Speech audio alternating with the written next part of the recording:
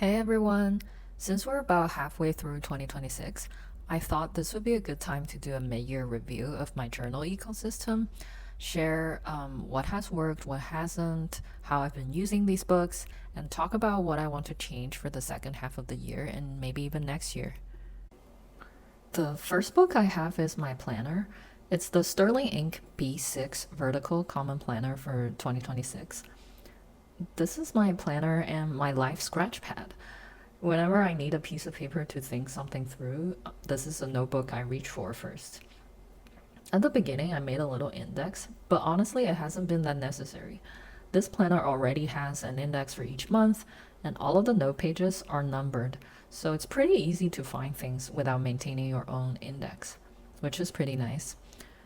It has these customizable goal setting pages where you can write down your own areas in life that you care about and break them down into someday, 1 year, half a year, quarterly, monthly, weekly, and even daily.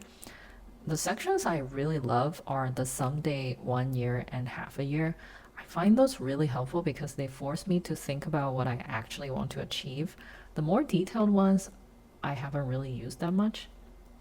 The yearly mood tracker has worked pretty well in terms of showing me that I'm actually happy most of the days.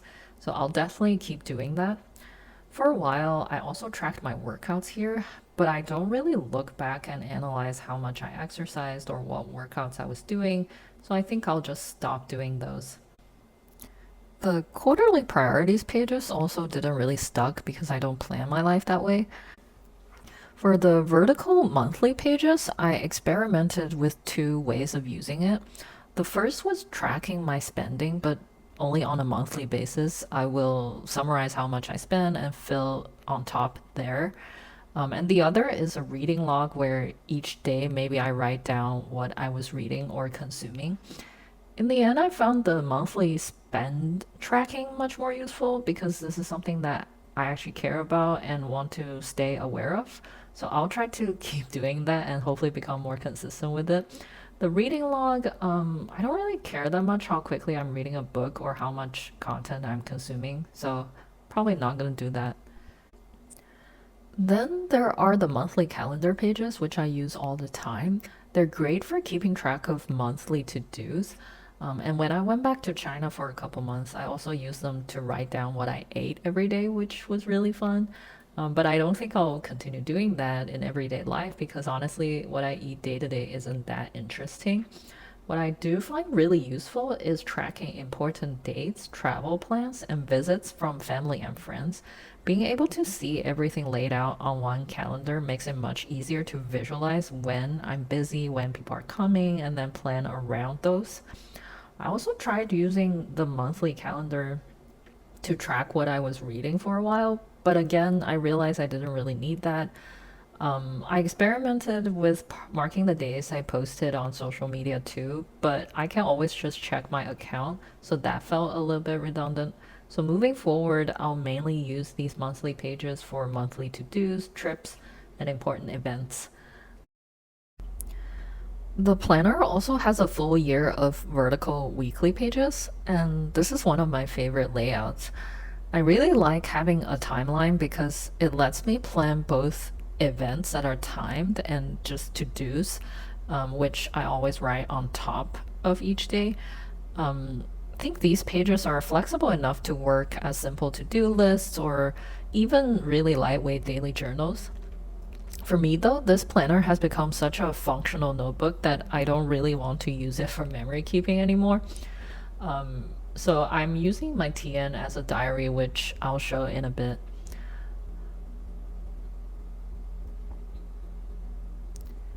For a while, I also tracked when I went to bed and when I woke up. I don't do that consistently anymore, but I think I'll make a separate video someday about why and how I use Vertical Weekly so much, and what kind of problems they solve.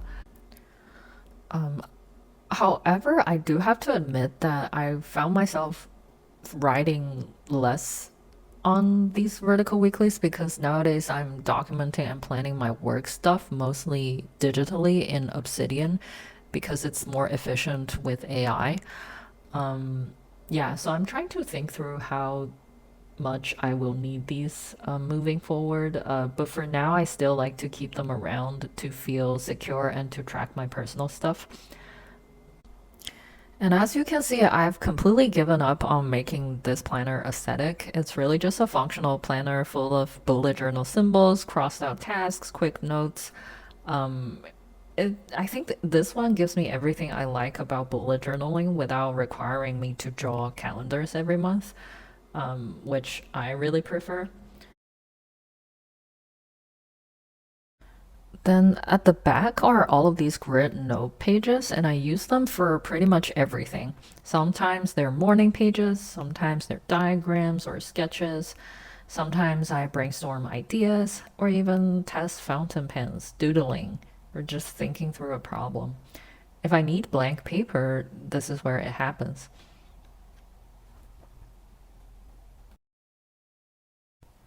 One page that has been very useful is my wish list. Whenever I want to buy something, but I'm not really sure whether I actually need it, I write it down here first. Usually, after a while, I just forget about them completely. If I still want it, then when I come back to the list I made the purchase, I'll stamp this little cherry stamp here. Most of the time, I realize I didn't really need them after all, so it's been a nice way to avoid impulse buys and be a little bit more intentional about spending. I bought this leather cover for this planner at one point, but even though the leather feels soft and I think overall it looks good, in the end I took the planner back out of the cover because it made the whole thing much bulkier and heavier, and I found myself reaching for it less often with the cover on. So I guess I've learned that, at least for me, having a planner that's comfortable and light to carry around is more important than having a sort of a nice heavyweight leather cover. The second book I have is my plotter A6 Bible size. When I first got this, I imagined it becoming my sort of themed life management knowledge accumulation notebook. I wanted to use it for a few different themes that I care about, including mental health, reading, journal, social media, and personal finance. But after using it for a while, I realized it wasn't actually getting that much use. A lot of what I wanted to keep in here naturally ended up in my Sterling Ink planner, for example. The first section was for mental health. My idea was to collect useful methods, reminders, and things I learned. Then I had a section for reading journal and quotes. Then the third section was for social media ideas. The last one was for personal finance. Looking back, the only section I consistently used was the social media one. Whenever I have a video idea, I write it down here, and for some videos, including this one, I drafted parts of the script in this notebook. This part has worked really well. The reading journal section, though, never really clicked. Not entirely sure why, but this notebook just doesn't feel like a reading journal to me. The overall vibe feels a little bit more planner oriented and a little bit more put together business. Reading for me feels much slower and cozier than this one, so I ended up keeping my reading journal in a traveler's notebook instead, which I'll show you in a bit.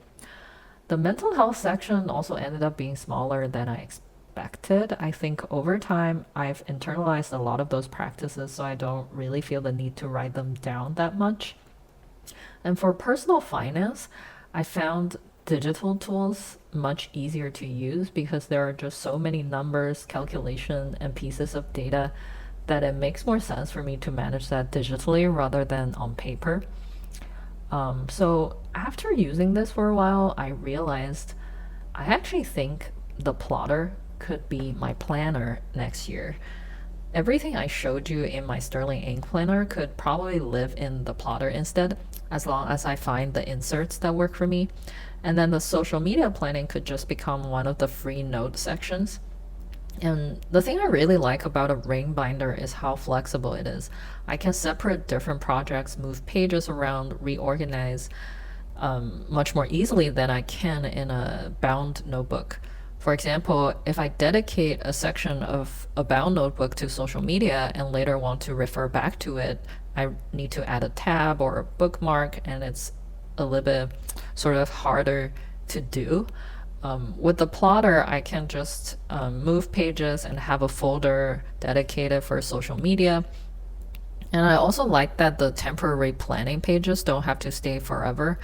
I can just throw them out once I'm done with the to-dos, for example. Um, when I'm using the Sterling ink, I always wondered what I'm supposed to do with it after I'm done with this year. And if there are other things that I want to keep, like my long term goals, maybe I want to see how they evolved over the years, I can just take them out and put them into an archive binder. So I think next year I really like to experiment with using the plotter as my main planner and see how that works. For memory keeping, I use my traveler's notebooks. The first one is this blue standard size traveler's notebook, which is basically my diary.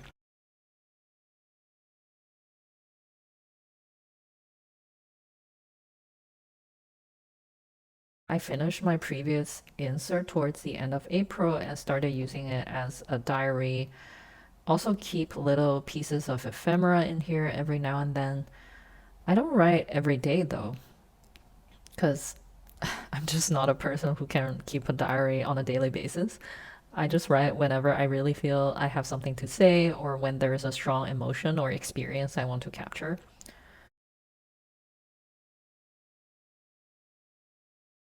This new insert is going to be my reading journal. I'll write down what I read, which platform, the date, and then any quotes and thoughts that stood out to me.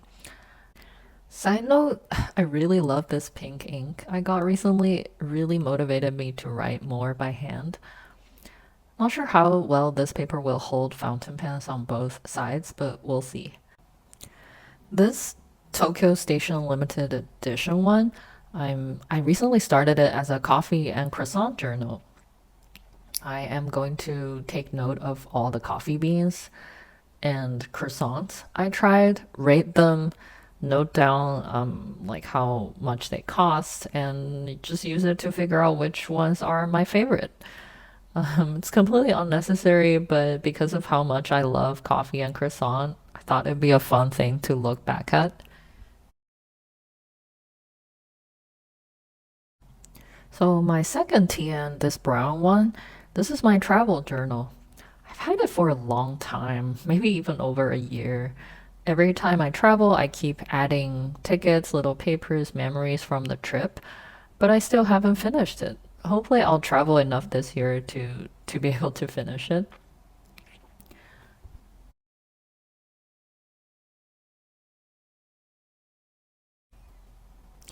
I also have this Traveler's Company sketch insert. I tried using watercolor pastel on it once, but I don't think this paper holds water that well. So I think I'll mostly use pencils, pens, or colored pencils instead. Maybe I'll use it to make little travel sketches while I'm on trips. We'll see. And finally, this is my newest addition to my TN collection. It's the 20th anniversary card size, and I absolutely love it. This one goes with me everywhere. I keep my essential cards inside, and then I have two inserts. The first one with the white paper is just for quick notes, random thoughts, or anything I need to write down in order not to forget. Um, The second insert has slightly warmer toned paper, and I took it with me on my recent trip and also did a bunch of sketches in it. Like this one was when I was in the city center, this was when I was sitting next to the Charles River. I found the mini size extremely friendly for creating art because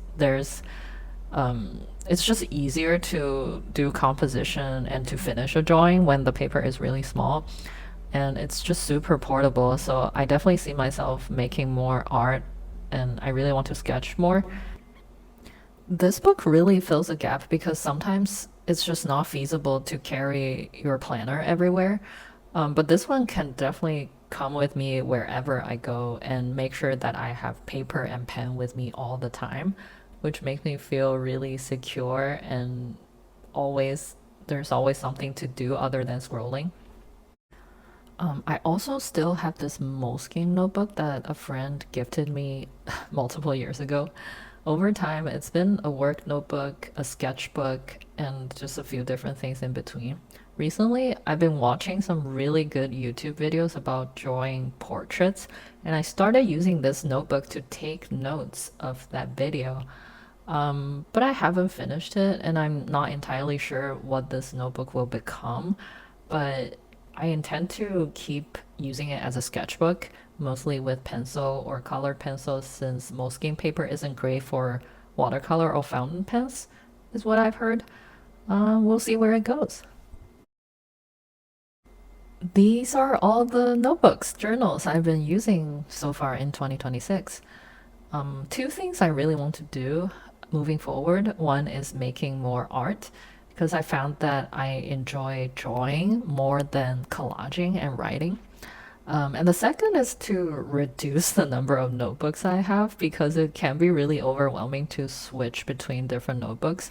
So next year, I really want to see if all my planning can fit into one plotter and all my memory keeping will keep just live in these two TNs. And then the rest of my notebooks can just be very open ended experiments, sketches, and whatever notes that I feel like writing. This concludes my mid year journal ecosystem review for 2026.